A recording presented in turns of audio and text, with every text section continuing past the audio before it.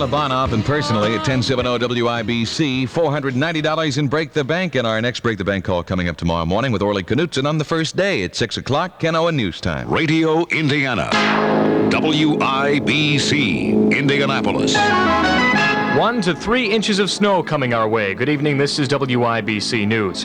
We've had a mild winter, but it appears the biggest snow of the winter will fall tonight and tomorrow morning. That's the word from the National Weather Service and forecaster Ron Presbolinski. A travel advisory has been posted for the entire state of Indiana for tonight and Sunday morning. We can expect accumulations in central Indiana to range between 1 and 3 inches, while up in the north they could have as much as 2 to 4 inches. Some of the snow may be mixed with some freezing rain and sleet in the southern portion of the state tonight as well as Sunday morning. The culprit for this weather system is a developing low pressure system across the central plains late this afternoon, extending from Iowa down through Oklahoma.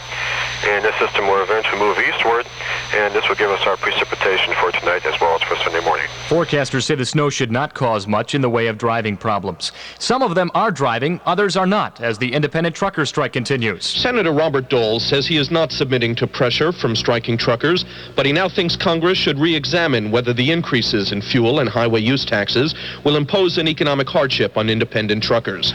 We can satisfy the concerns, or at least to hear out the concerns of the law-abiding, but for those who seek the senseless acts of terror and the grandstanding, there's not much, I guess, that anybody can do, but we can't be intimidated, and Congress will not be intimidated.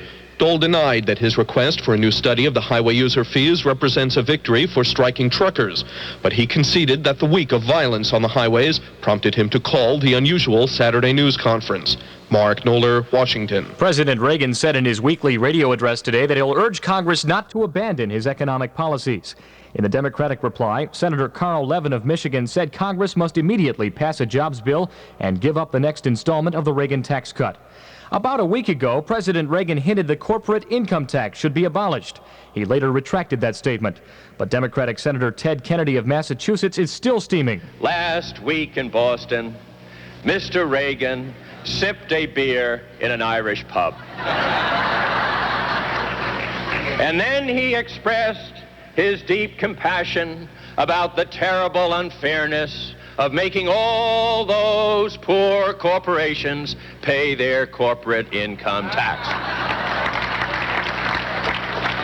I wonder what in the world Mr. Reagan would have said if he had another beer.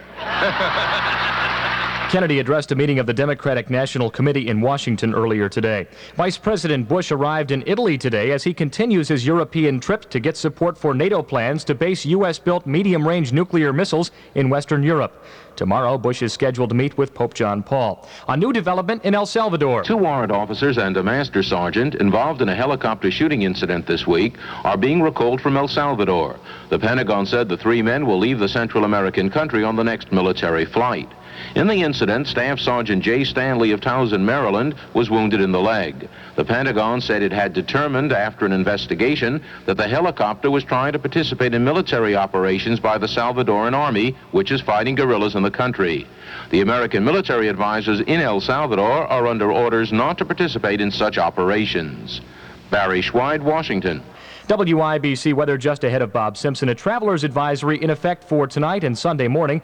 For tonight, a near 100% chance of snow. Snow accumulating 1 to 3 inches before morning, a low around 22.